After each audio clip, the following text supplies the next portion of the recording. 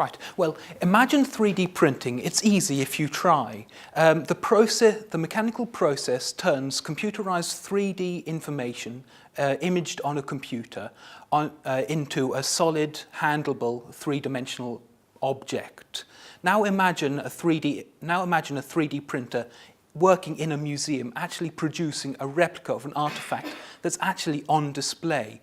You can see the method of production of the object, you can go away, see the original actually on display, and then you can come back, see as well as handle the replica that has been produced.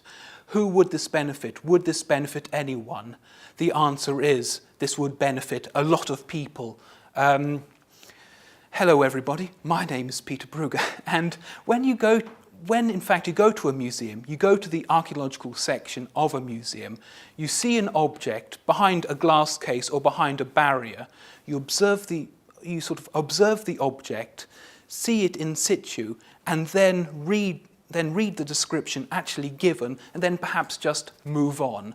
What would actually happen if an object had a replica presented to you of handleable quality that you could actually handle, pick up, examine the lumps, the bumps, the grooves, the dents of the actual object? How much more information would you get from this?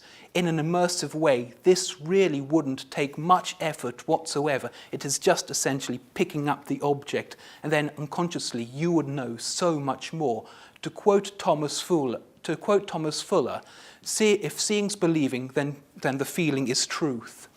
However, I would actually like to get rid of these barriers, take away this fourth wall, and I would like to encourage people to handle objects. However, to encourage people to handle original artifacts, especially the decaying, antiquated ones, is unethical. Instead, I would want people to use 3D printing to produce these replicas so 3D printing could actually fill in this gap and in an accessible way perhaps encourage more and more people to go to the museum. People, especially people who would never really go to a museum either through disability or just general disinterest. The sense of touch is actually rather beneficial for us.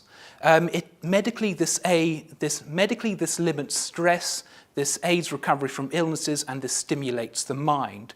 In fact, if we impose this upon object handling in a museum, a strong link has been proved. And so in the future, perhaps when we go to a museum, museums will come with a health warning. A trip to this museum will seriously benefit your health.